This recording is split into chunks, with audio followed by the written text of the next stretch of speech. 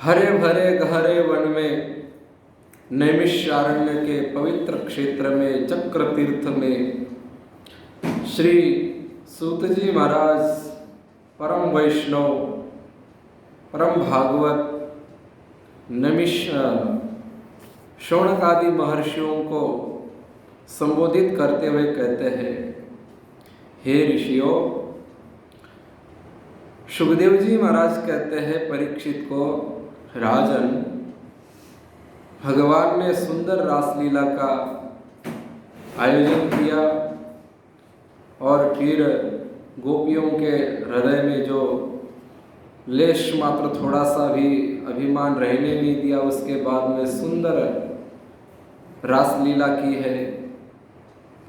और उसके बाद में सुखदेव जी महाराज जी कहते हैं कि एक दिन की बात है, जिस समय भगवान श्री कृष्ण ब्रज में प्रवेश कर रहे थे और वहां आनंदोत्सव की धूम मची हुई थी। ब्रज में जब से कृष्ण आए हैं, प्रतिदिन कोई ना कोई उत्सव मनाया जाता था।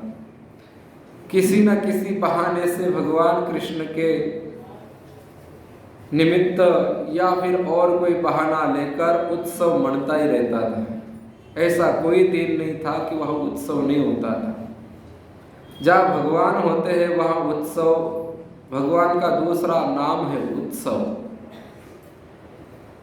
और इस प्रकार से बहुत धूमधाम से उत्सव चल रहा था, परंतु कंस ने अरिष्टासुर को भेज दिया। अब वो अरिष्टासुर ने बैल का रूप धारण किया और अपने खुर से धूल उड़ा रहा है और नाक से जोर जोर से छींक कर रहा है और आवाज निकलता है।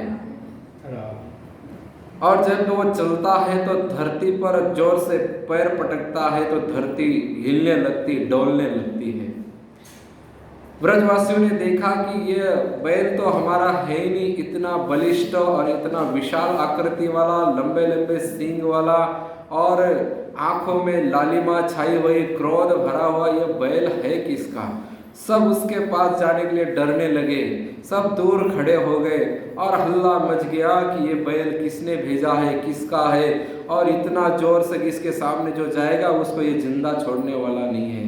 और इतना भयंकर आकृति वाला और विशाल आकृति वाला यह बैल आखिर कौन है, किसका है।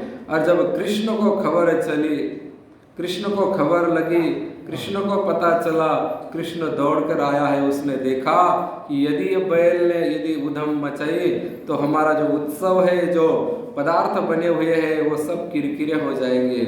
उत्सव मनाने का जो मानस है वो कम हो जाएगा।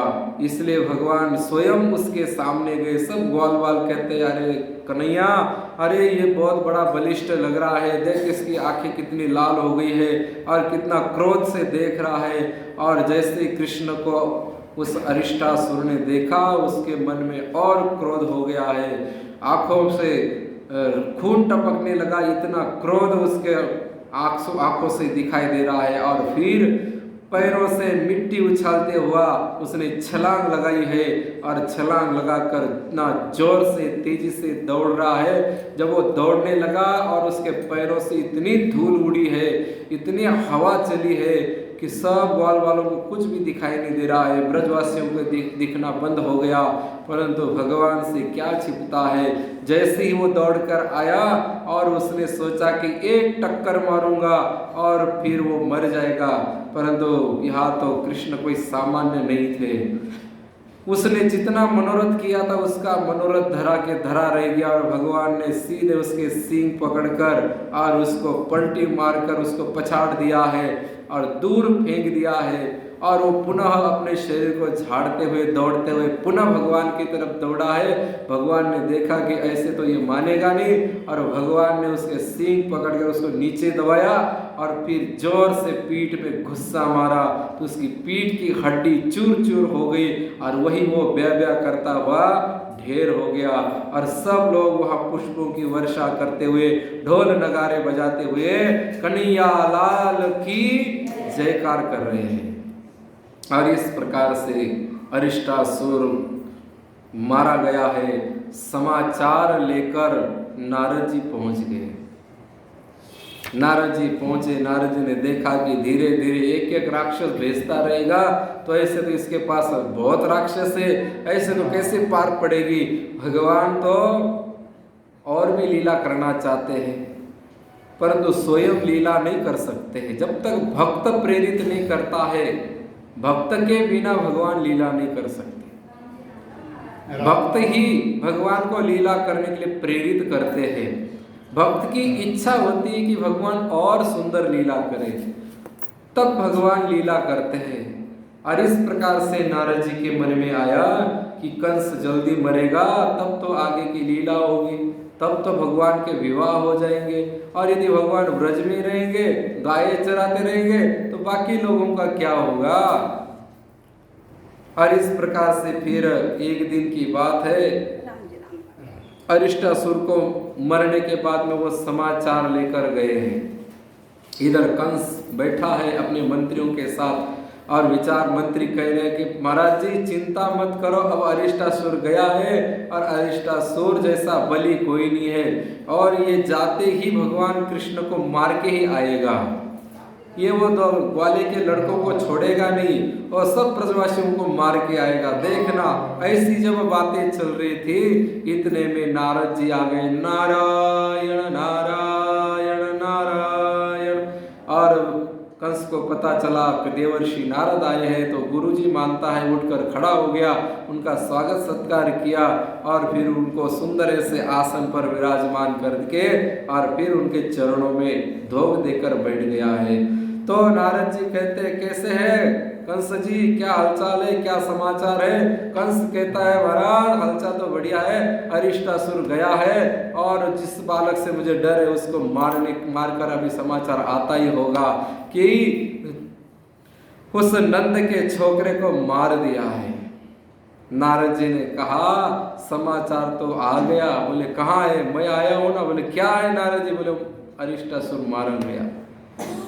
और कंस को क्रोध आता है, हाथ पे हाथ मलता है, होठ चबाता है, क्या करूं इस छोटे से बालक को मैं मार नहीं पा रहा हूं। इतने में नारद जी कहते यशोदाया सुताम कन्याम देवक्या कृष्णमेव च रामं च रोहिणी पुत्रम वसुदेव बिभ्यता। नारद जी और अग्नि में घी डालने का काम कर रहे हैं। अरे अरिष्टासुर जैसे बलियों को तो कुछ नहीं गिनता है वो। और तुझे एक बात पता है। बोले सत्य बात बताता हूँ, भीतर की अंदर की बात बताता हूँ, ये बात तुझे कोई नहीं बताएगा, केवल मैं तेरा हितैषी हूँ इसीलिए अंदर की बात बताता हूँ। कंस ने कहा कि महाराज आप मेरे गुरुदेव है, गुरुदेव ही हित करते हैं इसलिए आप बताइए। तब नारद जी कहते हैं तुम्हें पता है ये कृष्ण कौन है। अरे ये तो देवकी का पुत्र है। पता है वो एक उस दिन क्या हुआ, जब देवकी को पुत्र हुआ तो वसुदेव जी उसको लेकर गए और अपने मित्र नंद के वहां रखे आए। अच्छा बोले हाँ ये सब जो यहाँ ब्रज में आए हैं ना ये सब देवता है, और ये कृष्ण है ये साक्षात विष्णु है, और रोहिणी का जो पुत्र है बलराम वो भी वसुदेव का पुत्र है, इसलिए जल्दी से जल्दी इनको मारो। तो कंस ने कहा कि मैं और राक्षस भेजता हूँ, और फिर उसने केशी को भेज दिया है। केशी चला गया और केशी ने घोड़े का रूप धारण करके हिनहिनाता हुआ जोर से अपने टापों की आवाज करता हुआ और धूल उड़ाता हुआ जोर से दौड़ने लगा, कभी इधर दौड़ता कभी उधर दौड़ता। उसकी वो भयंकर आकृति और वो दौड़ने की ताकत और उसकी हृष्ट पुष्ट शरीर को देखकर सब डरने लगे। भगवान कृष्ण ने देखा कि ये भी कंस का भेजा हुआ है, और भगवान सामने खड़े हो गए। सामने कृष्ण को देखते ही उसने सोचा अब मैं इसको मारकर बड़ा पुरस्कार लेने वाला हूँ। अपने आप के बल पर बहुत अभिमान करके और दौड़ने लगा है, तेजी से दौड़ कर गया, परंतु भगवान ने उसको उसकी गर्दन पकड़ ली, उसके मुंह में हाथ डाल के उसकी जीभ को खींच लिया है और उसको वही पूरा कर दिया है। और फिर वही ग्वाल वाल जो जो से भगवान की जय जयकार करने लगे हैं। दाऊ के भैया की जय हो। तो इस प्रकार से वह उत्सव मनने लगा। नारद जी ने कहा कीशी बीशी आने वाला नहीं है। तो कंस ने हाथ जोड़कर कहा गुरु महाराज कोई उपाय बताओ ना, मेरे शत्रु को मारने का उपाय बताओ। नारद जी ने कहा एक ही उपाय, वहां कब तक राक्षस भेजते रहोगे? अरे दूसरे के जमीन पर युद्ध करना और जीतना बड़ा कठिन होता है, अपने धरती पर अपने जमीन पर युद्ध करके जीतना बहुत सरल होता है, क्योंकि यहाँ सब अपने लोग होते हैं, सब वातावरण अनुकूल होता है और सब अपने अनुकूल होने के कारण एक काम करो तुम तो है ना उसको बुला लो यहाँ।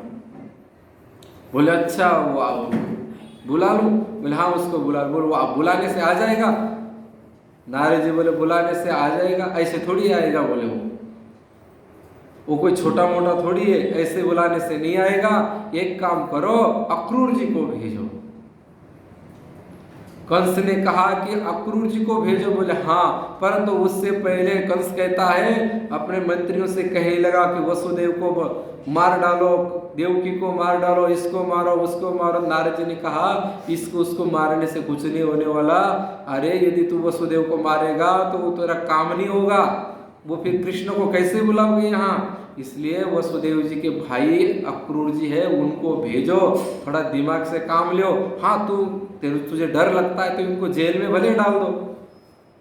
तो सबको जेल में डाल दिया। अक्रूर जी को समाचार दिया और अक्रूर जी आए और कंस के पास में अक्रूर जी आने के बाद में फिर अक्रूर जी से कहने लगा, कहे अक्रूर जी आप व्रज में जाओ, व्रज में जाकर मेरा काम करना है।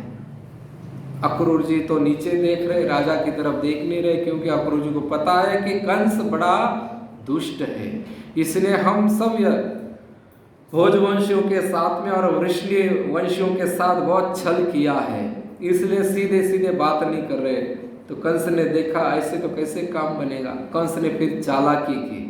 कंस ने कहा कि देखो भो भो दानपते मह्यम क्रियता मैत्रमादृतः नान्यस्त्वत्वो हिततमो विद्यते भोजवृष्णीषु।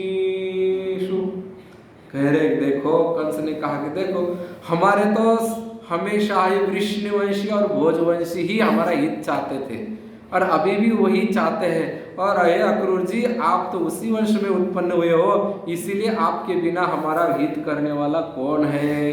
इसलिए आप लोग ही हम लोगों का हित करने वाले हैं। इसलिए आप बड़े दानी हैं, बड़े महापुरुष हैं। अक्रूर जी आप बड़े उदार हैं, आप सबके आदरणीय हैं और सबके आदरणीय होने के कारण मेरी भी आदरणीय है। मेरे से आप बड़े हैं, मेरे आप पूजनीय हैं। और इस प्रकार से खूब बढ़ चढ़ कर बातें करने लगे और कहते हैं कि देखो अक्रूर जी आप कृष्ण को यहाँ ले आएंगे ना?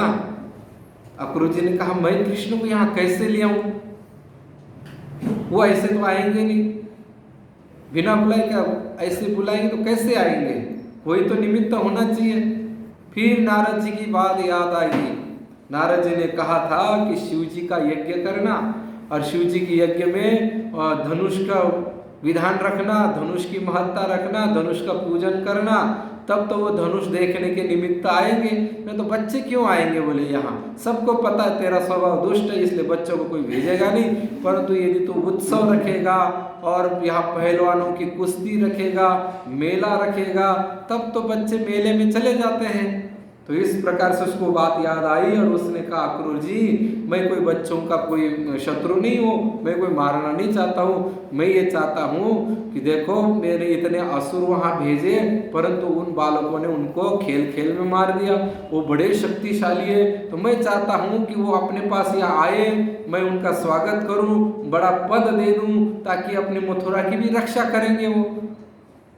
और इसलिए साथ साथ में ये अपने यहाँ बच्चे वैसे आते नहीं हैं, तो एक काम करेंगे या शिव जी का यज्ञ रखेंगे, धनुष की पूजा रखेंगे। और इतना बड़ा धनुष है उसको देखने के लिए दूर दूर से लोग आते हैं। और इतना नहीं, या मेला रखेंगे तो बच्चों का भी मन लग जाएगा, आ जाएंगे। अक्रूर जी ने मन में तो सोच लिया बड़ा दुष्ट है, पता नहीं कौन सी चाल चल रहा है, परंतु यदि इनकी बात नहीं मानेंगे तो फिर ये बच्चों को तो वैसे भी छोड़ने वाला नहीं, हमको भी छोड़ेगा नहीं। इसलिए उनको मन में लगा कि चलो बच्चों को ले आते हैं, यदि वो राक्षस को मार सकते हैं तो ये कोई राक्षस से कम थोड़ी है, इसको भी मार देगा। और एक आशा, नई किरण हृदय में जगी है कि चलो कृष्ण आएगा, कंस का कुछ विनाश कर देगा तो हम लोग स्वतंत्र हो जाएंगे और हम लोग भी सुखी हो जाएंगे। और इसी आशा को देखकर और मन में विचार करते हैं कि सब लोग कहते हैं कि कृष्ण कोई साधारण नहीं है, जिसने 7 दिन तक इतना बड़ा पर्वत उठाया, 7 दिन तक अपने अंगुली पर धारण किया, वो कोई साधारण नहीं है, वो विष्णु का अवतार है। तो भगवान के दर्शन के लिए तो जाना ही चाहिए। और एक दर्शन की आशा जगी है, सुख की आशा जगी है, इसलिए उन्होंने कंस को कहा कि ठीक है महाराज जी, मैं चला जाता हूँ।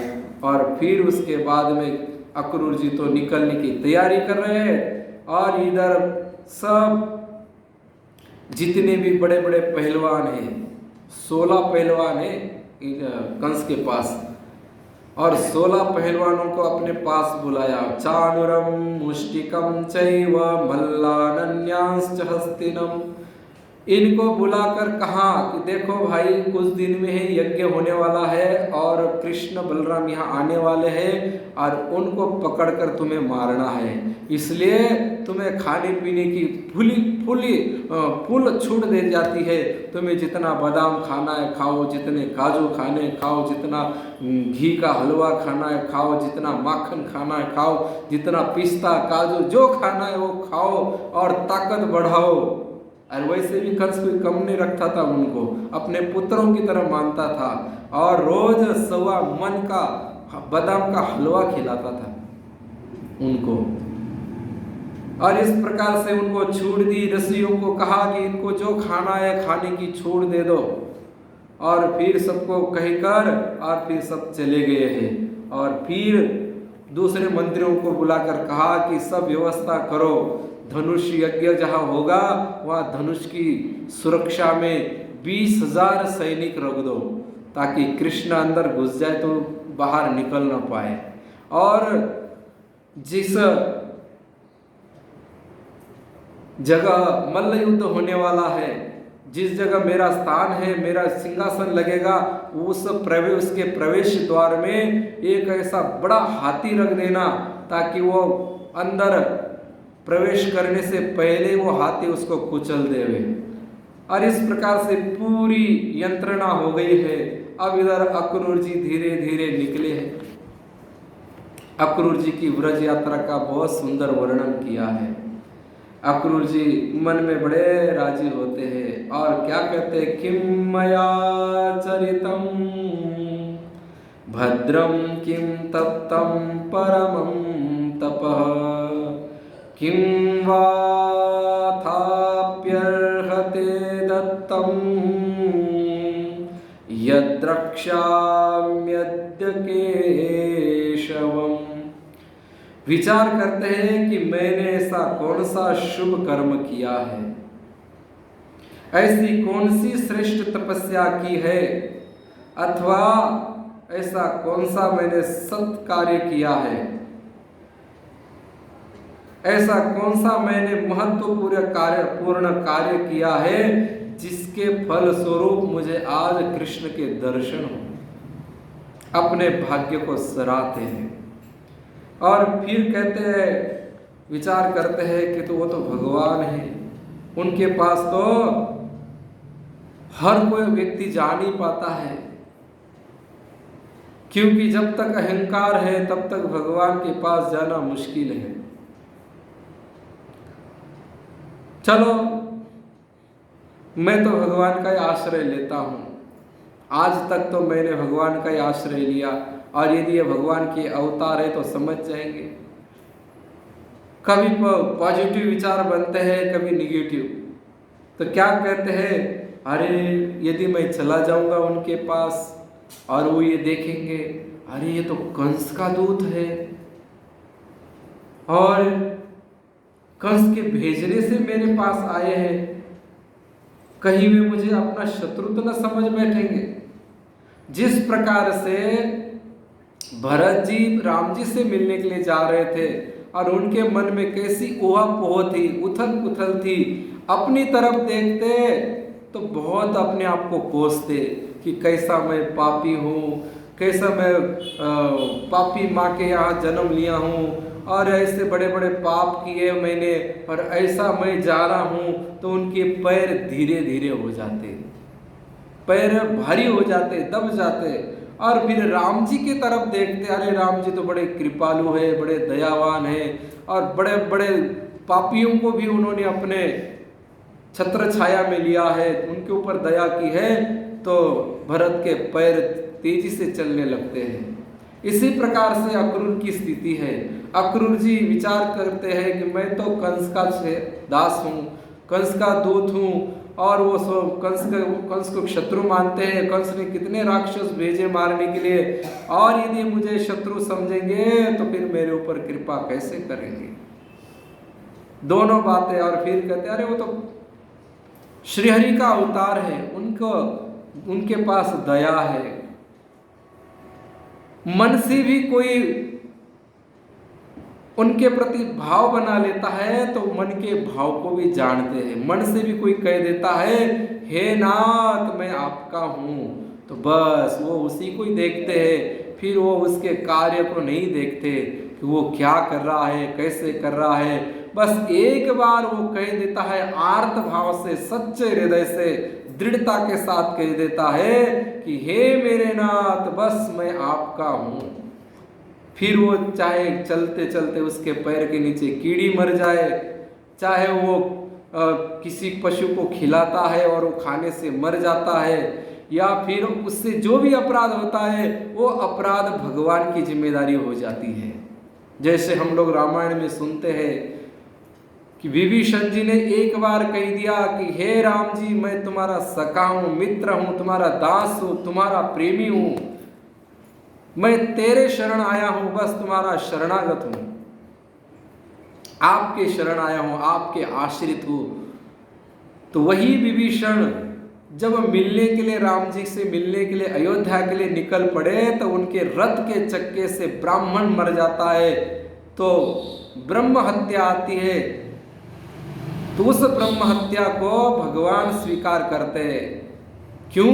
कि इसने मेरे से संबंध जोड़ लिया है, इसलिए इसका जो भी अपराध है, चाहे वो जान में हो जाए चाहे अनजान में हो जाए, वो मुझे लगता है उसका दंड मैं भोगूंगा।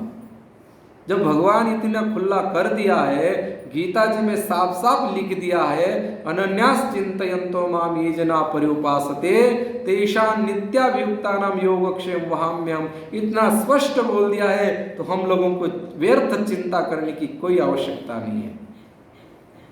इसीलिए अक्रूर जी भगवान की तरफ देखते हैं तो तेजी से चलने लगते हैं और अपनी तरफ विचार करने लगते हैं। देखो जब हम हमारी तरफ विचार करेंगे तो भगवान के पास नहीं पहुंच पाएंगे।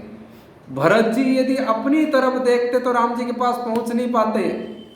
अक्रूर जी यदि अपनी तरफ देखते, अपने कार्यों को क्रियाओं को देखते तो भगवान के पास नहीं पहुंच पाते, परंतु उन्होंने भगवान की तरफ देखा है, भगवान की दयालु का तरफ देखा है, भगवान की कृपालु की तरफ देखा है और फिर वो पहुंच गए भगवान के पास। ऐसे ही हम लोगों को अपनी क्रिया की तरफ मत देखो, बस भगवान की तरफ देखो। भगवान बड़े दयालु है, बड़े कृपालु है। और ऐसी भावना हमारे हृदय में होगी और दूसरी भावना ये होगी कि जो भी है वो भगवान का है, तो ना तो हमारे मन में किसी को दुख देने की उपजेगी ही नहीं। और जब भाव ही नहीं बनेगा, भगवान तो भावग्राही है, जब हमारे मन में किसी को दुख देने की भावना है ही नहीं, भगवान से प्रेम करने की भावना है और इसी के भगवान भूखे हैं, तो वो तुरंत दर्शन देते हैं, तुरंत कृपा कर देते हैं। और इस प्रकार से अक्रूर जी विचार छोड़ दिए और सब छोड़ दिया, सब भगवान के ऊपर छोड़ दिया। हे नाथ अब तू ही जाने। एक संत थे गुजरात में, वो संत भजन कर रहे थे। तो भजन करते करते कोई लोग आए और उनको पीटने लगे। क्या हुआ, कोई चोर आए थे और चोरों ने एक पोटली उनके पीछे रख दी और चोर भाग गए। ताकि अपने ऊपर ना आए। और वहाँ वो सैनिक आए और उनको पकड़ के पीटने लगे, तो उन्होंने एक ही कहा कि हे भगवान, हे कृष्ण, अब तू ही जाने, मुझे क्या मतलब है। इस शरीर ने कोई कर्म किया होगा, उसका दंड उसको मिल रहा है, मैं तो तेरा हूं, मुझे कोई मार नहीं सकता। नैनं छिन्दन्ति शस्त्राणि नैनं दहति पावकः। इस मेरे को तो ना तो आग जला सकती, ना हवा उड़ा सकती है, ना तलवार काट सकती है। इसलिए मैं तो आपका हूँ, मैं अविनाशी हूँ। ऐसा भाव जिनके मन में होता है, उनके ऊपर उनसे जो भी कार्य होता है उसकी जिम्मेदारी भगवान की होती है। और ऐसा दयालु कृपालु भगवान को अपना कर अक्रूर जी निकल पड़े हैं। तो इतना तेजी से रथ चला है, तुरंत पहुंचे और विचार की, आहा, ये ब्रज भूमि है, ये ब्रज की रेत है, इस यमुना पुलिन पर भगवान नंगे पर दौड़ते हैं। आहा, कितनी भाग्यशाली यह रेत है, यह भूमि है। और उसी पर रथ से उतर कर वही लोटपोट होने लग जाते हैं। कभी उल्टे होते, कभी सीधे होते, कभी दंडवत करते, प्रणाम करते और उस रज को उठाकर माथे पर चढ़ाते हैं। अब जब वो भगवान के पैरों की रज जिसके सिर पर लग जाए, उसके पाप टिक सकते? केवल प्रणाम करने से ही सिर पर रहने वाले पाप नष्ट हो जाते हैं। बड़ों को बूढ़ों को प्रणाम करने की प्रथा क्यों रखी है? पाप काले होते हैं और बाल भी काले होते हैं, और वो पाप काले बालों में घुस के बैठ जाते हैं, सिर पर बैठ जाते हैं। और यदि हम किसी संतों के आगे या अपने माता पिता के आगे या दादा दादी के आगे झुकते हैं, तो वो नीचे गिरते हैं, नीचे पटक जाते हैं। इसलिए प्रणाम करना चाहिए। और इस प्रकार से अक्रूर जी ने देखा कि सूर्यास्त हो रहा है, अब जल्दी चलना चाहिए, लेट हो जाएंगे, क्या पता कृष्ण और बलराम जी सो जाएंगे तो दर्शन नहीं हो पाएंगे। और फिर अक्रूर जी तुरंत वहां से निकलकर रथ पर बैठकर और नंद बाबा के आंगन में पहुंचते हैं। वहां पहुंचने के बाद इतना सुंदर दृश्य है, किशोरौ श्यामल श्वेतौ श्रीनिकेतौ बृहद्भुजौ। इतना सुंदर दर्शन हुआ है उनको। देखो, भगवान ने बिल्कुल अपने को छिपाया नहीं है, बिल्कुल कहीं भाग के नहीं गए हैं, ना घर के अंदर गए हैं। कहाँ है भगवान? अपने कपिला गौ के पास है। क्या कर रहे हैं?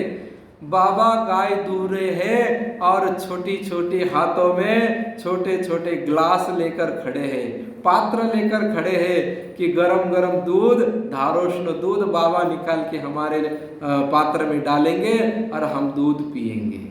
सुंदर ऐसा पीतांबर धारण किए हुए भगवान कृष्ण है और नीलांबर धारण किए हुए बलराम जी है। ददर्श कृष्णं रामं च व्रजे गोदोहनं गतौ। बाबा दूध निकाल रहे हैं और दोनों अगल बगल में बाबा के खड़े हैं और कह रहे, बाबा मुझे दूध दो पहले। बलराम जी कहते, बाबा पहले मुझे दो। कृष्ण कहते, नहीं नहीं बाबा पहले मुझे दो। और एक दूसरे के गिलास के पात्र के ऊपर पात्र धरते हैं। और वो इतना विनोद भरा दृश्य जब देखा अक्रूर जी ने, तो हृदय गदगद हो गया है, हृदय भर आया है। क्या दृश्य है, क्या छवि है, क्या अद्भुत छटा है। और उसका वर्णन करते हैं सुखदेव जी महाराज।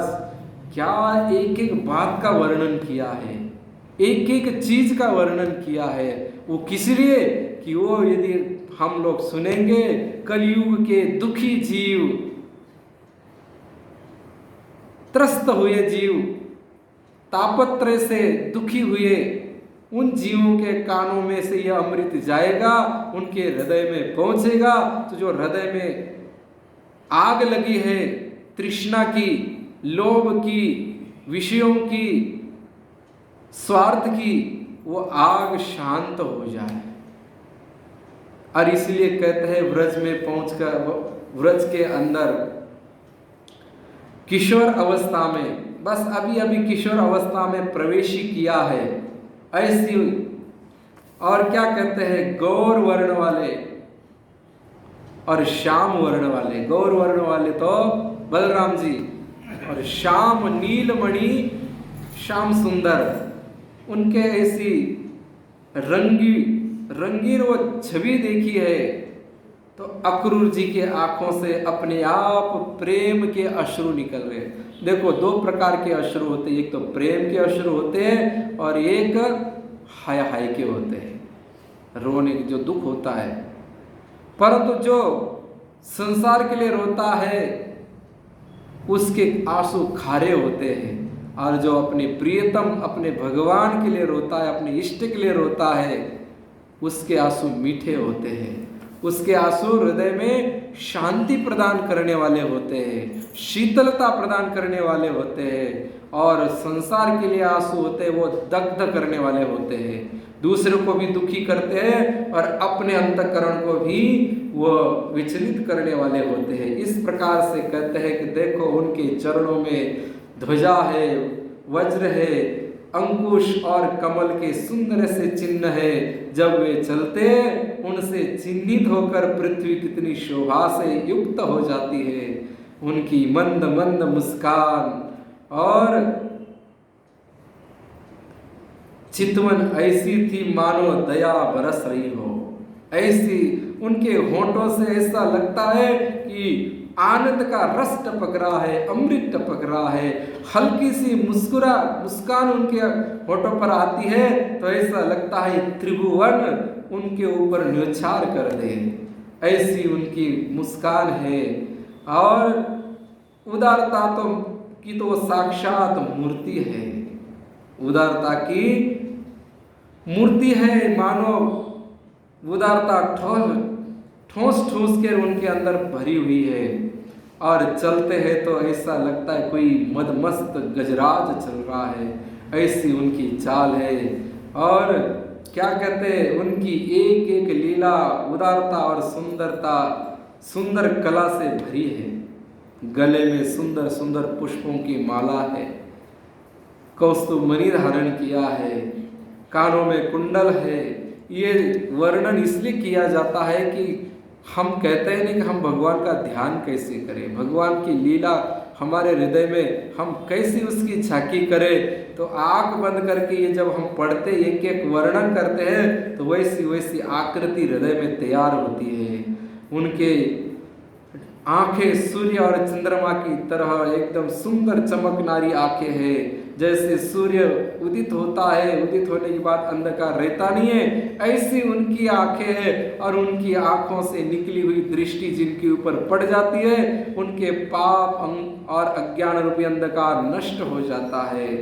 और फिर क्या किया, ऐसी छवि देखी तो पपात चरणों पांते दंडवत राम कृष्णयो। और प्रेम से अक्रूर जी अपने आप को रोकना चाहते थे, परंतु रुक नहीं सके और तुरंत वहां दंडोत करने लगे। अब जब बलराम ने और कृष्ण ने देखा कि अरे अक्रूर जी आए हैं, और दौड़ कर गए और अक्रूर जी को उठाया और क्या कहते हैं, चाचा जी, अक्रूर चाचा जी, अक्रूर चाचा जी, आप कब आए, आप कब आए। और अक्रूर चाचा ने दोनों को बाहों में लेकर छाती से लगाया। क्या भाग्य है अक्रूर जी का, कौन सा ऐसा पुण्य किया है अक्रूर जी ने जिसके कारण उनको भगवान छाती से लगाने का अवसर मिला है। कथा तो बहुत लंबी है अक्रूर जी की, कभी मौका मिलेगा तो और आगे कहेंगे। तो इस प्रकार से अक्रूर जी का वृंदावन में आगमन हुआ और खबर पहुंची है कि अक्रूर जी आए हैं और भगवान कृष्ण को ले जाना चाहते हैं। क्योंकि कोई बुरी खबर होती है वो बहुत जल्दी फैल जाती है, अच्छी खबर तो धीरे धीरे फैलती है, परंतु बुरी खबर बहुत जल्दी फैलती है। सबके कानों कान बिजली की तरह खबर पहुंच गई और सबको पता चला कि भगवान जो हमारा जो लाला है, जो कृष्ण है, जो कल तक आज शाम तक जो वृंदावन की गलियों में दौड़ता था, हर गोपी के आंगन में जाता, गोपी के हृदय से लेकर आंगन तक वो लीला और क्रीड़ा करता, वो कल सुबह जाने वाला है। गोपियों के तो मानो किसी ने हृदय में खंजर डाल दिया हो, इतना दर्द हो उठाए उस बात को सुनते ही। हर गोपियां आई और विधाता को कोसने लगी है। अहो विधातस्तवन कोची दया, इस विधाता को तनिक भी दया नहीं आती। अरे हमने अपने पलकों को भी गिरना बंद कर देती थी जब कृष्ण को देखना है, उसको हम पलकों से दूर नहीं करना चाहती, और ये हमारी ब्रज से गोकुल से ले जाना चाहता है, वृंदावन से ले जाना चाहता है। और वो बहुत सुंदर कृष्ण की लीलाओं का वर्णन करती है आपस में बैठकर कि अरे मेरे घर कान्हा आता, उस दिन आया था, वैसा किया, उसके तीक मेरे यहाँ भी आया था, उसने मुझे बहुत चिढ़ाया। एक एक लीला उनके हृदय में उमड़ रही है। और परंतु क्या करे, भगवान को तो जाना ही पड़ेगा। सुबह हो गई, सब चाहती गोपिया के सुबह का सूर्योदय हुए नहीं, परंतु काल किसी के लिए रुकता नहीं है, समय किसी के लिए रुकता नहीं है। जीवन भर व्यक्ति धन कमाता है, अरबों रुपया कमाता है, और अंतिम समय कहता है कि ये थोड़ा सा धन ले लो, ये पूरा धन ले लो, पर मुझे 1-10 सेकंड भी समय दे दो तो नहीं। ऐसे धन के पीछे हम पड़े हैं। असली धन क्या है उसको तो हम भूल गए, और डुप्लीकेट जो कोई काम आने वाला नहीं है, यह भी काम नहीं आता है। महाराज धन हमारे पास अलमारी में पड़ा रहता है, क्या काम आता है? बैंक में पड़ा रहता है, क्या काम आता है? काम तो उतना ही आता है जो हम खाते हैं, जो पहनते हैं। स्वामी जी महाराज जी कहते थे कि बड़ा आश्चर्य होता है, महंगी महंगी साड़ियाँ खरीदेंगे और उसको सिंदूक में बंद करके रखेंगे। इतने मेहनत से पैसा कमाया, उससे साड़ियाँ खरीदी, और फिर वो सिंदूक में भरनी थी तो फिर दुकान में पड़ी अच्छी थी। अरे वो सामान लाया तो उसका उपभोग तो करो, कब फूंक निकल जाएगी पता थोड़ी चलेगा। और यदि काम नहीं लेना है तो बांट दो, दूसरों को दे दो, क्यों इकट्ठा करते हो? खुद नहीं मेरे तो दूसरों को कैसे दें? इस प्रकार से गोपिया विधाता को कोस रही है कि महाराज बड़ा दुष्ट है तू, यहाँ 20 रुपए लीटर पानी बिक रहा है, तो तू कम से कम समुद्र को खारा नहीं बनाता तो पानी तो बेचना खरीदना नहीं पड़ता। समुद्र से लोग पाइपलाइन लगा के पानी ले आते, परंतु विधाता तेरी बुद्धि मारी गई, किसी का सुख तेरे से देखा नहीं जाता है। हम इतने आनंद में रह रहे, रोज उत्सव हो रहा है, ये तेरे से देखा नहीं जा रहा है, इसीलिए तू हमारे प्रियतम को हमसे अलग कर रहा है। इस प्रकार से गोपिया रोती है, धोती है, परंतु सूर्योदय तो किसी के लिए रुका नहीं। सुबह सूर्य नारायण उदित हुए हैं, जैसे जैसे सूर्य उदित होते वैसे वैसे ब्रजवासियों के हृदय बैठे जा रहे हैं, खासकर गोपियों के। और फिर नंद बाबा ने तैयारी की है, ग्वालों ने तैयारी की, गोपों ने भी तैयारी की, और मैया पूछती है लाला ज्यादा इधर उधर घूमना मत। गोपियां आई है, गोपियां कृष्ण को घेर कर बैठ गई, कहती है कृष्ण अब वापस कब आओगे? कृष्ण ने कहा मैं परसों आऊंगा। कब आऊंगा? परसों आऊंगा। परसों के कई अर्थ निकलते हैं। परसों का अर्थ निकलता है कि अब यहाँ का मिलन हो गया, अब पर परलोक में, जहाँ से हम आए हैं वही मिलेंगे। और दूसरा अर्थ यह निकलता है कि श्री दामा ने जो शाप दिया था उसका फलित होने का समय आ गया है कि अब 100 वर्ष तक हमारे वियोग होगा। पर 100 वर्ष पार होने के बाद में मैं आपसे मिलूंगा। गोपियों के तो हालत खराब हो गई। विचार किया अब क्या होगा, हमारा 100 साल कैसे बीतेंगे। अपना छोटा सा बच्चा है, वो 8-10 साल का है, और कोई कह दे कि तुम्हारे बच्चे को अब किसी और को दे दो, तो उस माँ के ऊपर क्या बीतेगी। यशोदा तो बेहोश होने लगी। बाबा ने आश्वासन दिया, यशोदा मैं तेरे लाला को सुरक्षित वापस ले आऊंगा, तू चिंता मत कर, बिल्कुल ले आऊंगा। और बाबा का आश्वासन, और मैया को कृष्ण ने कहा मैया मैं तो तेरा ही लाला हूं, मैं कहाँ जा रहा हूं, जैसे तू आंख बंद करेगी वैसे ही मैं तेरे गोद में खेलने आऊंगा। देखो कितनी श्रेष्ठ बात है। मैया को कहा कि तू जैसे आंख बंद करेगी वैसे मैं तेरे आंगन में दौड़ूंगा, तेरा माखन खाऊंगा, तेरे साथ लीला करूंगा, परंतु आंख बंद करके तेरे हृदय रूपी पटल पर। और असल में तो वही हमारे काम आने वाला है। सूरदास जी महाराज जी कहते हैं निर्बल होके हाथ तो छुड़ा जाओगे, परंतु हृदय से निकल के जाओ तब तो पता मानेंगे कि तू बलवान है। और इस प्रकार से सबको भगवान ने समझाया, ठीक है मैं जल्दी आऊंगा, मेरा समाचार भी मैं भेजता रहूंगा, चिंता मत करो। और अक्रूर जी को कहा कि अक्रूर जी जल्दी चलो, वरना ये गोपियां यदि और रोने लग जाएगी तो फिर मेरा हृदय यदि पिघल गया तो फिर मैं कहीं नहीं जा पाऊंगा।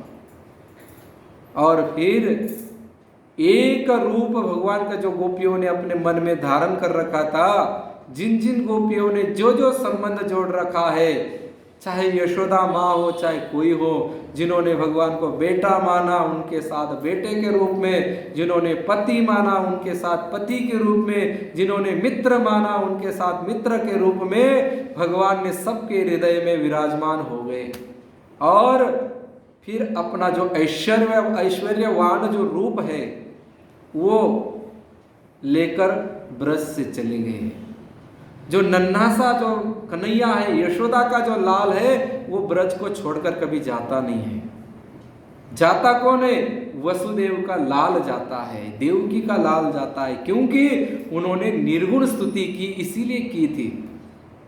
और वो यदि निर्गुण स्तुति नहीं करते तो भगवान गोकुल आ ही नहीं पाते। भगवान तो भाव के भूखे है ना, जैसा भाव करोगे वैसे। आप यदि बच्चा मानोगे तो भगवान कैसे छोड़कर जाएंगे? और जाएंगे तो फिर यह गीता जी में ऐसे क्यों कहा कि जैसे तुम भजोगे वैसे मैं भजूंगा, तुम 1 कदम चलो तो मैं 10 कदम चलूंगा, ऐसा आश्वासन क्यों देते? आज भी भगवान उस वचन का पालन कर रहे हैं। हम लोग संसार को चाहते हैं तो भगवान संसार रूप से हमारे पास आ रहे हैं। भगवान की वाणी कभी झूठी नहीं होती। संसार को हम चाहते हैं, संसार की भावना है, तो उसी रूप से हमारे पास आ रहे हैं भगवान। और यदि हम यशोदा के लाला के रूप में चाहेंगे तो लाला बन के आए।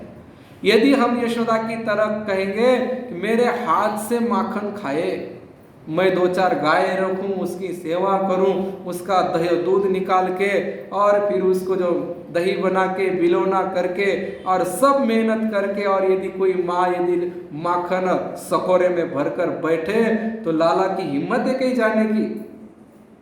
लाला प्रकट नहीं हो सकता, उसको प्रकट होना ही पड़ेगा। परंतु इतनी हमारी तैयारी चाहिए।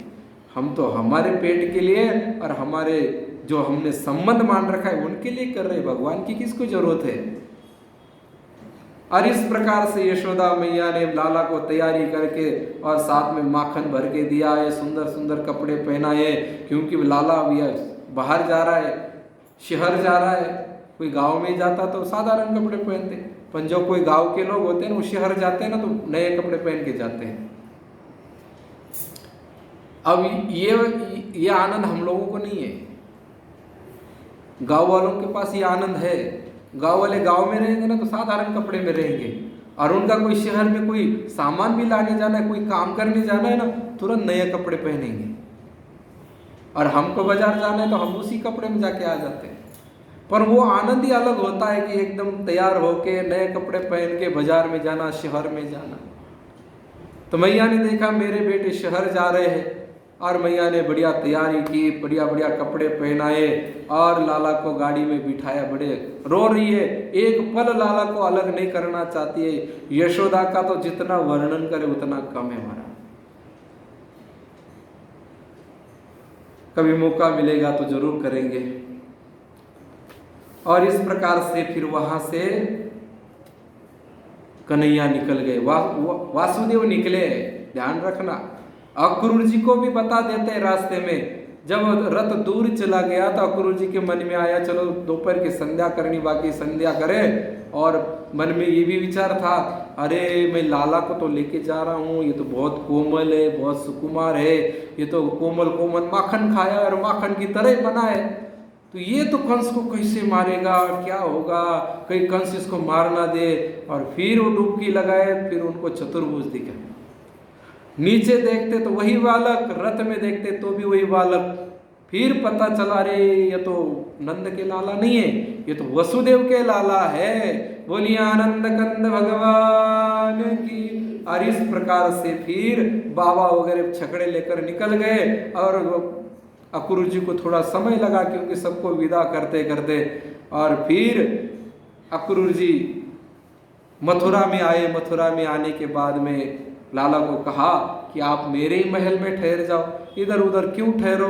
लाला ने कहा नहीं, अभी तुम्हारा महल नहीं है, ये तो महल कंस का है, तुम्हारा घर नहीं है, ये कंस का घर है। क्योंकि राजा कौन है, शासन किसका है, आप किसके सेवक है, कंस के सेवक है। इसलिए आपके घर में नहीं रुकूंगा मैं तो अपने ग्वाल वालों के साथ अपने बाबा के पास रुकूंगा। और इस प्रकार से फिर कन्हैया को एक सुंदर वाटिका है, उस वाटिका में छोड़ दिया है। सब ने अपने तंबू लगाए, अपने अपने छकड़े छोड़ दिए, बैलों को चारा डाल दिया, और जो सामान लाए थे वो सामान उतारा है और तंबू लगा रहे। तो इतने में कन्हैया ने कहा कि बाबा बाबा। बोले हाँ लाला। बोले बाबा अब इतने बड़े शहर में आए हैं तो थोड़ा हम शहर देख लें। बाबा बोले ना बेटा, ये शहरी लोग होते ना, ये बड़े खतरनाक होते, पढ़े लिखे होते, इनके अंदर प्रेम तो होता नहीं है, और ये इनके अंदर केवल स्वार्थ भरा रहता है। ये केवल अपने स्वार्थ के लिए लोगों को अपना अपना मानते हैं। कोई मेहमान भी आ जाए 2-4 दिन के लिए तो भी सोचते अरे इतना खाता है, इतना पीता है, ये कब जाएगा, अरे मेरी तनख्वाह तो इतनी है, मेरा व्यापार तो इतना ही होता है, अब क्या करे। इसलिए शहर में मत जाना, ये लोग बड़े खतरनाक होते। बाबा कन्हैया मन में विचार करते, इनको बदलने के लिए तो मैं आया हूँ, शहर में घूमूंगा नहीं और मेरे को वो देखेंगे नहीं तो इनका हृदय परिवर्तित कैसे होगा। और इस प्रकार से मन में विचार करते बाबा कहते बाबा जाने दो ना, बस हम कुछ नहीं करेंगे। बाबा ने कहा देख लाला, सीधा सीधा जाना, कहीं इधर उधर मत जाना। कन्हैया बोलता लाला सामने दीवार आ जाए तो बाबा हम कैसे जाए, सीधा है तो नाटक करता है, मेरे सामने बोलता है नहीं जाना। बोले अरे बाबा नहीं नहीं नहीं नहीं बाबा जाने दो बाबा जाने। बाबा बोलते नहीं जाना, बाबा जाने दो ना। देखो देखो मेरे साथ में जो बलराम जी को ले, दाऊ दादा को ले जाता हूँ, इनका हाथ पकड़ के रखूंगा, हाथ छोड़ूंगा ही नहीं बाबा, जरूर जाने दो बाबा मुझे। अब जब बड़ा भाई साथ में है तो फिर आपको चिंता की जरूरत नहीं है। बाबा बोलते ठीक है, संभल के जाना, फिर इधर उधर देखना मत, ज़्यादा शहरी लोगों से बातें मत करना, ज़्यादा उलझ मत जाना। तो कन्हैया बोलता है बाबा मैं मेरी तरफ से तो कुछ नहीं करूँगा, परंतु कोई अपनी तरफ से निमंत्रण दे तो। अरे तू जा ही मत। बोले अब बिल्कुल नहीं जाना है, तेरा स्वभाव मुझे पता है कि तू तो कुछ करेगा नहीं, पर अगला व्यक्ति थोड़ा करेगा तो उसको तो पूरा ही कर देगा। बोले इसलिए मत जाना। फिर दाऊ दादा कहते थे बाबा इसका हाथ में पकड़ के रखूँगा, चिंता मत करो आप, हम किसी से लड़ेंगे नहीं, झगड़ेंगे नहीं, आप जाने दो। फिर बाबा बोलते देखो ये मैया ने कपड़े पहनाए, बोले हाँ। बोले इन कपड़ों के ऊपर एक भी सड़ नहीं पड़ना चाहिए, जैसे पहने वैसे वैसे आने चाहिए वापस। लाला ने कहा हाँ बाबा बिल्कुल वैसे वैसे ही लाएंगे, भले इसको धूल नहीं लगनी चाहिए, कोई कीचड़ नहीं लगना चाहिए, कोई दाग नहीं पड़ना चाहिए। लाला ने कहा ठीक है बाबा, आप जैसा कहेंगे वैसा होगा, जाने दो बोले हम। और फिर वो मनोहर जोड़ी निकली है, साथ में ग्वाल वाल है। अब गाँव के वो शहर के बच्चे चलते हैं ना, तो एकदम अपने स्थिति में चलते हैं, किसी से ज़्यादा देखेंगे नहीं, ज़्यादा बात नहीं करेंगे और हल्ला नहीं करेंगे। पर गाँव वालों को पता नहीं होता है, गाँव वाले देखते इतनी ऊंची बिल्डिंग, देख देख देख काना देख कितनी ऊंची है, अरे ये दुकान में कैसे है, देखो कैसे कैसे हाथी मिलते हैं, डुप्लीकेट घोड़े मिलते हैं, कैसे खिलौना मिलते, और हे जोर जोर से हल्ला करते हुए जा रहे हैं। जिसके मन में डर होता है कि लोग क्या कहेंगे, वो कुछ नहीं कर पाता है। पर जिसके मन में डर नहीं है कि लोग क्या कह रहे, लोगों की ऐसी तैसी, मेरा इष्ट मेरे साथ में है, फिर क्यों मैं किसी से डरूं। और फिर वो चलता है मस्ती के साथ, उसकी मस्ती अलग होती है। और ऐसे ग्वाल वाल है, ग्वाल वालों को पता है हम कुछ भी करेंगे, हमने अपनापन किसको दे रखा है, कन्हैया को दे रखा है। चाहे हम किसी से झगड़ ले, चाहे किसी की वस्तु चोरी कर ले, चाहे किसी से कुछ भी कह दे, तो भी निपटने वाला कन्हैया है। इसलिए वो कोई चिंता नहीं करते, एकदम उन्मुक्त होके चलते हैं। किसी के दुकान में घुस जाते हैं तो भी कोई कुछ कहता नहीं है, क्योंकि जब आगे आगे कृष्ण और बलराम चल रहे हैं और उनकी मनोहर झांकी जो भी देखता है, व्यापारी दुकानदार जो भी देखता है, आने वाले जो रास्ते से चलने वाले भी देखते हैं, वो एकदम मुग्ध हो जाते हैं, उस झांकी को निहारते रहते हैं और ग्वाल वाल मजे से चलते हैं। अब जब मजे से चलने लगे तो कृष्ण के भी मन में आया कि अरे अपने भी थोड़ा बहुत उद्यम करना चाहिए, अपने धीरे धीरे चलते रहेंगे तो कैसे चलेगा, नटखटपना तो दिखना ही चाहिए। मैंने कोई चुपचाप चलने, कोई राम अवतार थोड़ी है, राम अवतार है तो जैसे वो जनकपुरी में राम जी और लक्ष्मण जी जा रहे थे तो कितने चुपचाप शांति से जा रहे थे, ऐसे मैं तो कोई राम नहीं हूँ, मैं तो कृष्ण हूँ, आकर्षित करने वाला हूँ। और फिर वो चलते चलते एक धोबी जा रहा था राजा के कपड़े लेकर, तो कहा कि भाई साहब कहाँ जा रहे, तो उसने कहा अरे छोरा तू कौन है, तू जानता नहीं मुझे, मैं कौन हूँ, मैं कंस का सेवक हूँ, पता है मेरी कितनी चलती है यहाँ। भगवान ने कहा अरे ये कोई तरीका है बात करने का तुम्हारा, तुम इतने बड़े आदमी के सेवक हो तो बड़े आदमी के सेवक को कितने तमीज से बात करनी चाहिए, कितने प्रेम से बात करनी चाहिए, और तू हमसे लड़ने लगा है। उसने कहा ए छोरा मेरे मुंह लगता है, अभी तुझे पीड़ मार दूंगा, पीड़ दूंगा।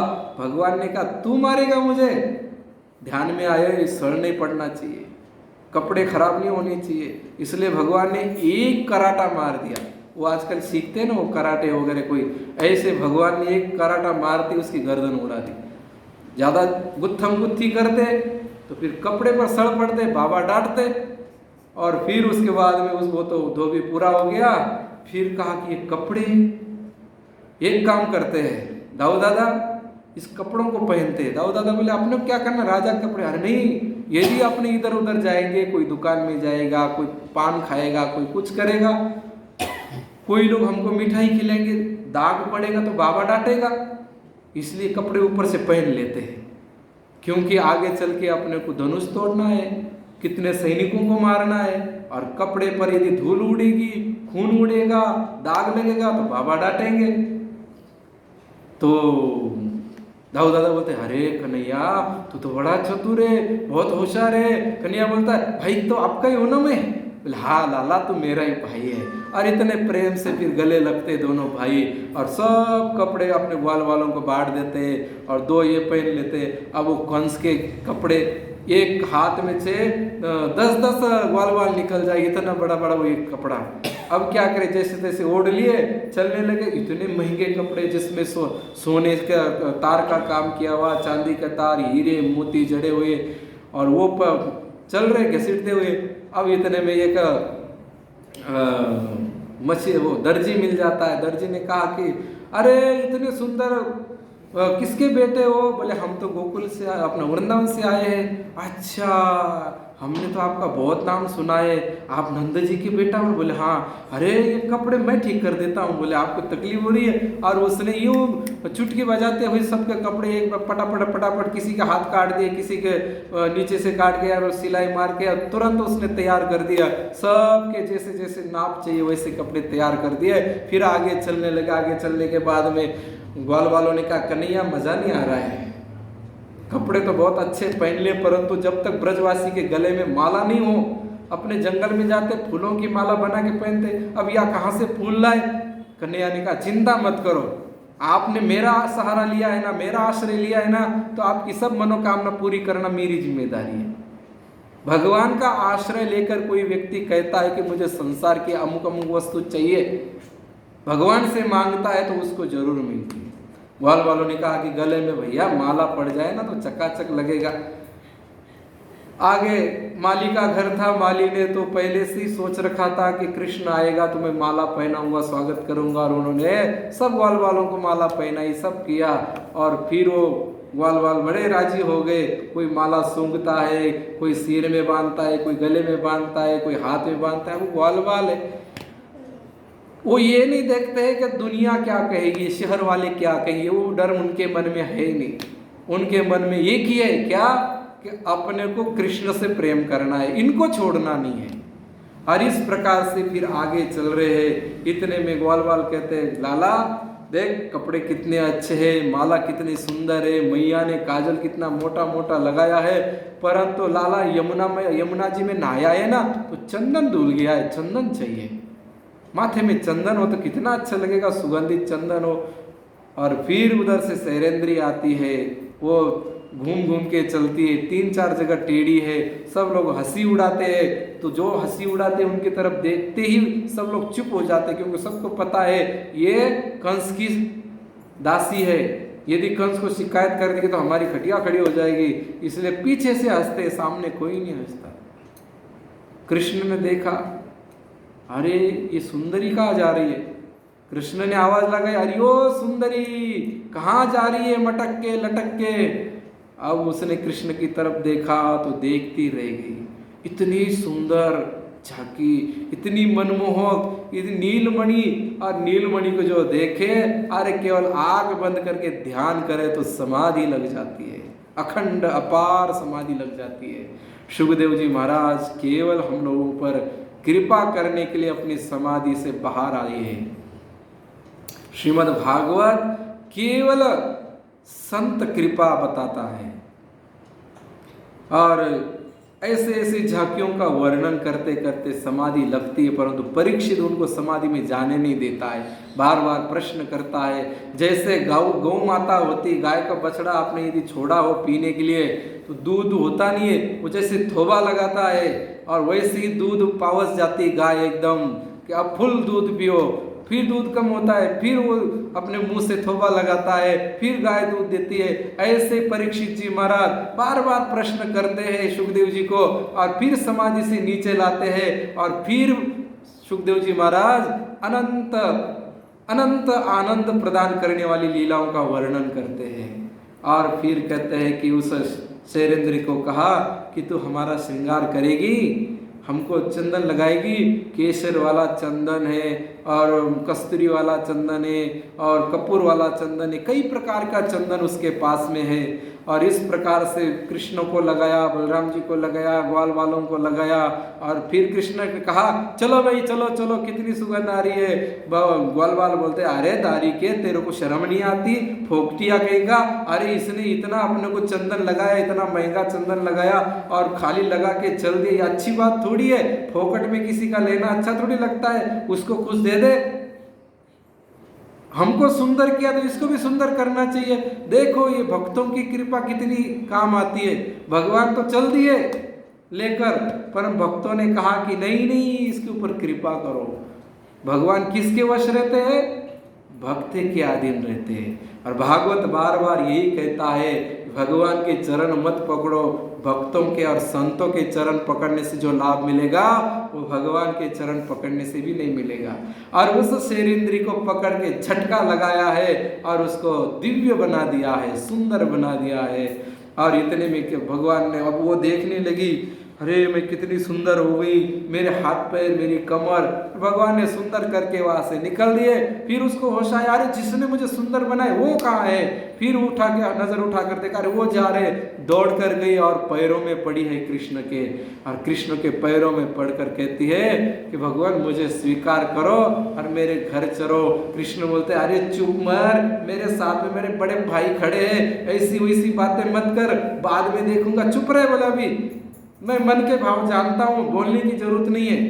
देखो भगवान, भक्त बोलता है तभी भगवान बोलते हैं मन के भाव मैं जानता हूँ, चुप रहे, मैं सब आ जाऊंगा तेरे घर। और फिर शैलेंद्री गई। इधर कंस मामा, फिर कंस मामा विचार कर रहा है, भगवान भी विचार कर रहे क्या करे, सीधा चले महल में। दाऊ दादा बोलते नहीं नहीं, सीधा जाना ठीक नहीं है। बोले अब वहां चलते जा, धनुष रखा है और वहाँ बड़ी कड़ी सुरक्षा में धनुष रखा है। भगवान कृष्ण और बलराम पहुँचे अपनी सेना के साथ। और पहुँचने के बाद में उन लोगों ने कहा कि भाई अंदर नहीं जाना, मना है, कंस ने मना कर रखा है। बोले हम तो देखने जा रहे हैं, हम तो बच्चे, हम क्या करेंगे। बोले इसका एक दो जनों ने कहा कि ये तो बच्चे हैं, ये तो गांव के गवार है, इनको क्या पता धनुष कैसे चलाते, कैसे, जाने दो, ये तो गवार है, ये तो क्या करेंगे, देख के वापस आ जाएंगे। बोले। और कृष्ण और दाऊ मन में सोचते ठीक है, हम गवार है, गांव के हैं, ठीक है। अंदर गए और फिर उसको हाथ लगा के देखने लगे ऐसे। तो एक ने कहा हाथ मत लगाना, वह जो रक्षक थे उन्होंने कहा हाथ मत लगाना। कन्हैया ने कहा अरे नहीं, हाथ छू के देखते, नरम है का कड़क है। बोले ये कंस का धनुष है। बोले अच्छा, बहुत बढ़िया है, बहुत सुंदर है, चिकना चिकना है। कन्हैया बातें करने में तो एक नंबर है। बोले हाँ हाँ कंस का है, बहुत अच्छा है, बहुत ये है। और फिर कन्हैया कहता है थोड़ा सा मैं इसको हिला के देखूं, है ये, अरे कंस से जल्दी नहीं उठता तो तेरे से क्या, तू तो इतना छोटा सा, अभी तेरे मुंह के दूध के दांत भी गिरे नहीं है। कृष्ण ने कहा हाँ बात तो सही है, मुंह के तो दांत, अपने दूध के दांत तो गिरे नहीं है भैया, परंतु थोड़ा हिला के देखना चाहता हूँ कितना वजन है, क्या है, फिर इससे मेरे को पता चलेगा ना कंस अपना कितना महान है। तो सैनिकों ने कहा हाँ हाँ हाँ देख देख देख। बोले और देखने गए, कृष्ण ने उठाया और दो टुकड़े किए। वो सब देखते देखते रह गए, सबकी आंख फटी की फटी रहेगी और सब आश्चर्य देखते, अरे इसने उठा भी लिया, तोड़ भी दिया और ये जाने भी लगे। इतने में एक कहता अरे इसने धनुष तोड़ा है, इतनी भयंकर आवाज हुई, कंस को पता चलेगा तो हमको मार देंगे, इनको मारो पहले। और सब कृष्ण और बलराम जी को मारने लगे। अब आधा धनुष तो कृष्ण ने रखा, आधा दिया बलराम जी के पास। और फिर ये धुलाई चालू कर दी है कि वो डर तो है नहीं, ऊपर से कपड़ा पहन रखा है, कपड़े तो खराब होने वाले नहीं। और सबको मार पीट करके फिर आगे निकल गए। अब इधर कंस को उस आवाज की ध्वनि कान में पड़ी, क्योंकि उसको कहा था यजमानों ने, ब्राह्मणों ने, इस धनुष का यदि टूटेगा तो समझ लेना उसी के हाथ से तेरी मृत्यु है। आवाज सुनकर उसको पता चल गया कि जरूर धनुष टूटा है, परंतु अपने मन को थोड़ा सा दिलासा देता है ना कोई और आवाज होगी, कोई बिजली गिरी होगी, कोई ये होगा, कोई वो होगा। इतने में सैनिक पहुंचे हैं। बोले क्या हुआ? बोले धनुष तोड़ दिया। इतने में वो धोबी के लोग पहुंचते हैं। बोले क्या हुआ? धोबी को मार दिया, एक कराटा मारा, एक झापड़ मारते उसने मार दिया। अरे कौन है? इतने में शैलेंद्री पहुंची, इतनी सुंदर। बोले तू कौन है? बोले मैं तो आपकी शैलेंद्री हूँ। बोले तू तो टेढ़ी मेढ़ी कुबड़ी थी, तेरे को ठीक किसने किया? बोले ठीक करने वाली एक कंपनी आई है। बोले कौन सी company? Krishna and Balram company आई है, वो टेढ़ों को ठीक कर रहे हैं और सबको ठीक कर रहे हैं। उन्होंने धनुष तोड़ा है। कृष्ण के, कंस के तो होश उड़ गए।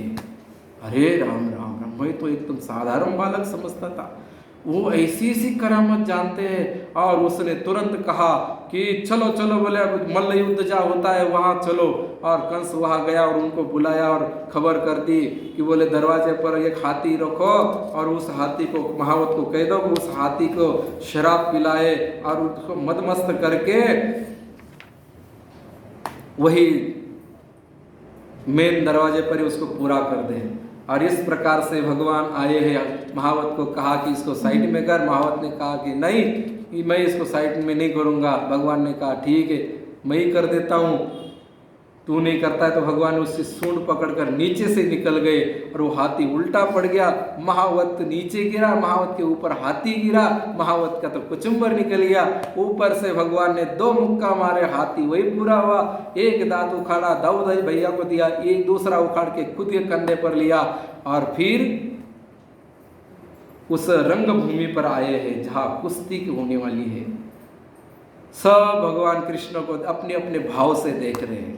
वह स्त्रियां बैठी थी, उनको तो सुंदर राम जी की तरह सौंदर्यवान पुरुष दिखाई दे रहे हैं। मन में हो रही है कि इनके साथ हम विवाह करें, इनको ही हम पति बना लें।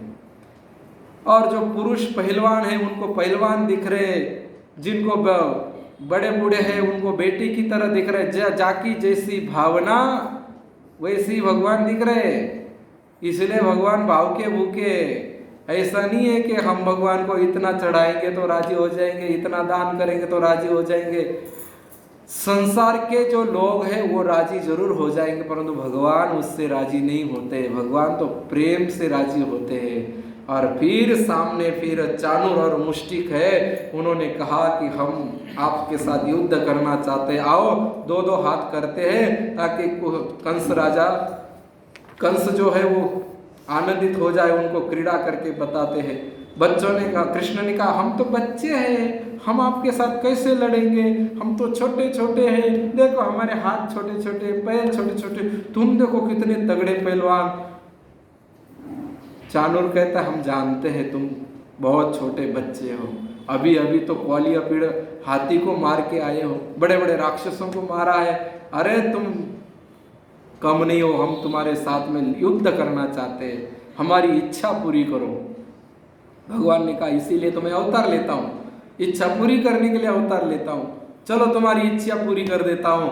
और फिर अखाड़े में उतर गए। एक कुश्ती चली है, जानू से जानू भिड़ गया, कोनी से कोनी भिड़ गई है और गुत्थम गुत्था चालू हो गए है। भगवान ने देखा कि देखो ये स्त्रियों का हृदय बहुत कोमल होता है। वो तो रोने लग गई, अरे छोटे छोटे बच्चे, और कोई कहती है अरे देखो कितने कोमल है और इनको ये लोग मार रहे हैं, ऐसा वैसे तो रोने लग गई और सब दुखी होने लग गए। इतने में कन्हैया ने एक पछाड़ मारी है और ऊपर से कूद गए उसके ऊपर। अब वो खूब सारा वजन लेकर कूदे हैं, अपना भार उसके ऊपर छोड़ा तो उसका तो कचुम्बर वही निकला।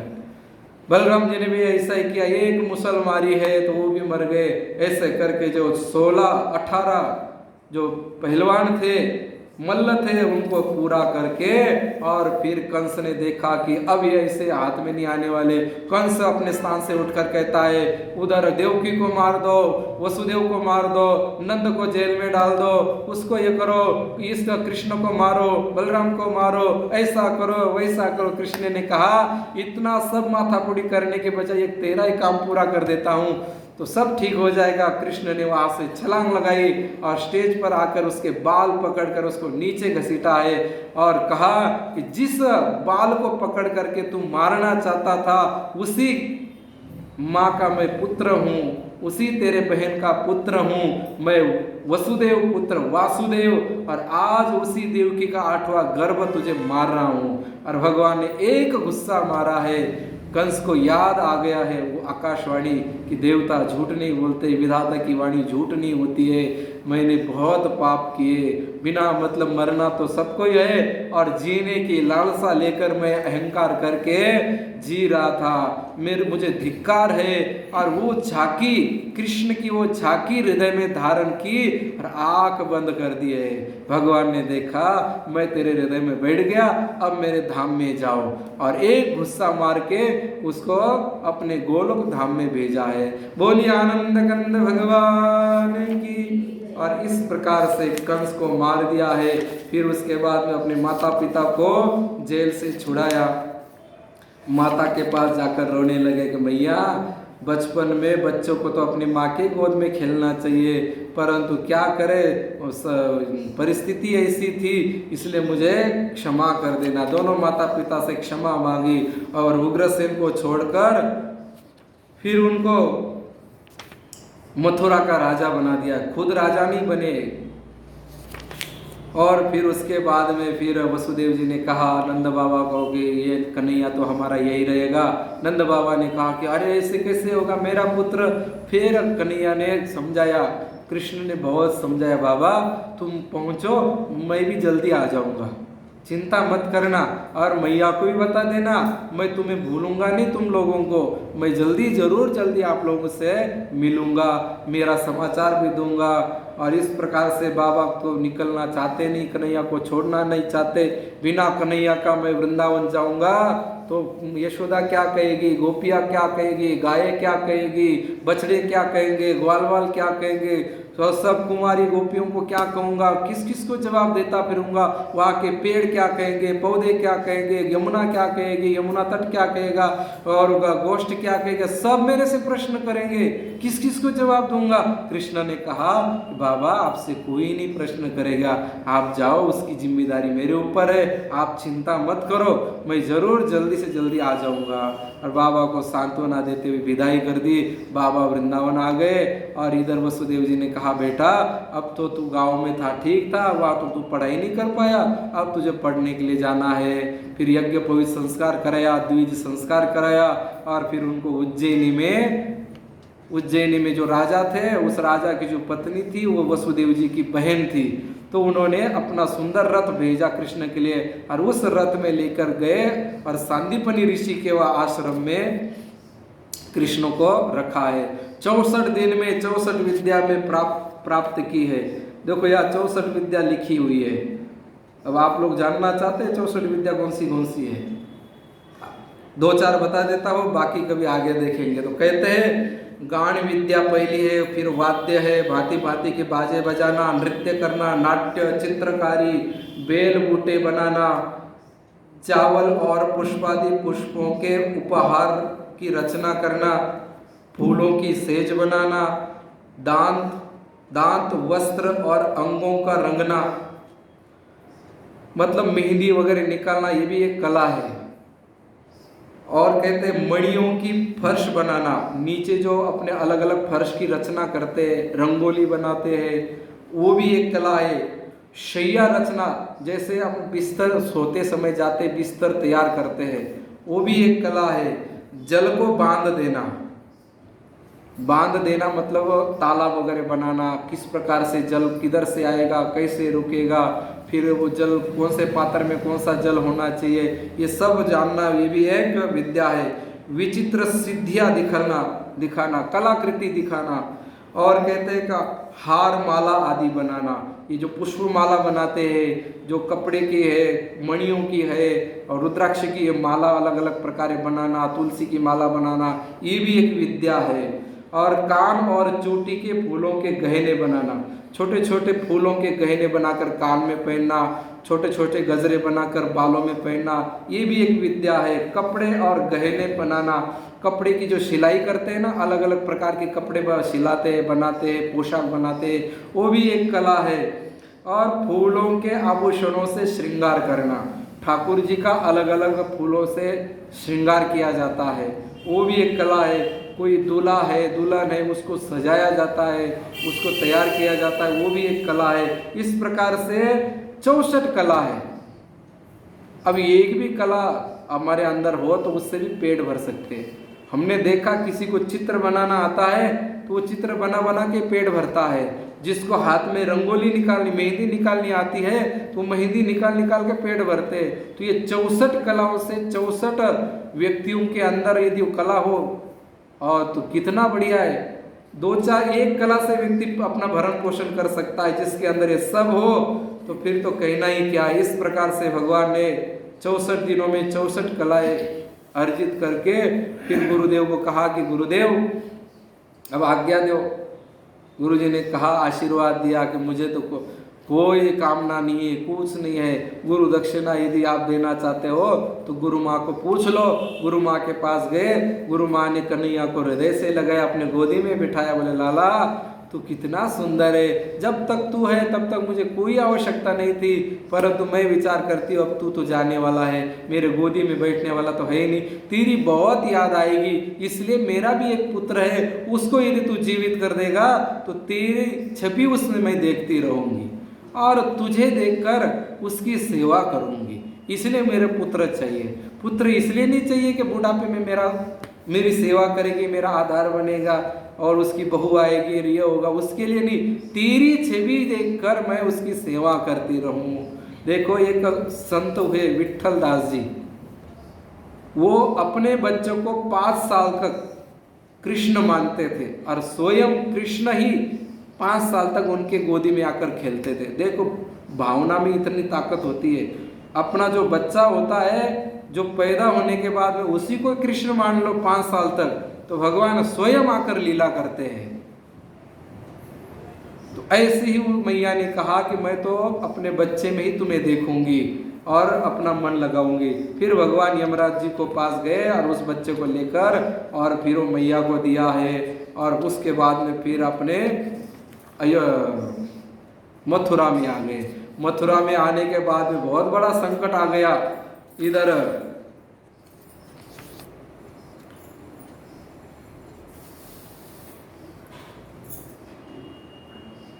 जरासंध ने विचार किया, जरासंध के पास उसकी पुत्रियां आई हैं जो कंस की पत्नियां थी, बहुत जोर जोर से रोने लगी, पिताजी आपको धिक्कार है, इतना बल आपके पास है, इतना सेना है, चारों तरफ आपका नाम का डंका बजता है, फिर भी आपके दामाद को आप बचा नहीं पाए। अरे मेरे दामाद को किसने मारा है? और फिर वो 23 अक्षौहिणी सेना लेकर निकल गया है, भयंकर युद्ध हुआ है और बलदाऊ जी तो उसको मारने ही लगे थे, पर कृष्ण ने कहा कि नहीं नहीं इसको मारो मत। अब इतने दुष्ट लोग रहते हैं, गांव गांव शहर शहर रहते हैं, उनको घर घर जाकर थोड़ी मारेंगे, इसको छोड़ो, ये बटोर बटोर के लाएगा और हम पूरा करते रहेंगे। और उसको छोड़ दिया है। और इस प्रकार से फिर अब उद्धव जी की ब्रज यात्रा का प्रसंग है, बहुत सुंदर प्रसंग है, वो अपने कल करेंगे और परसों भगवान के विवाह का प्रसंग चलेगा। वो कल एकादशी के दिन विवाह का भगवान का विवाह कराएंगे और द्वादशी को 18 तारीख को श्रीमद् भागवत की पूर्णावती करनी है। क्योंकि क्या है, थोड़े महाराज जी की आज्ञा से मैं वृंदावन जा रहा हूँ, वृंदावन थोड़ा काम है, तो 18 तारीख को शाम को मेरी टिकट है, तो मैं शाम को जाऊँगा, एक 5-7 दिन रुक के फिर आने का विचार है। तो 18 तारीख को अपने भागवत की पूर्णावती है, तो कल तो भगवान का विवाह कर देंगे। कितने दिन बचे? आज 15, 16, 17, 18, 3 दिन है ना, तो 3 दिन में जितनी हो सके उतनी कथाएं विस्तार से कहने का प्रयास करेंगे। राम राम।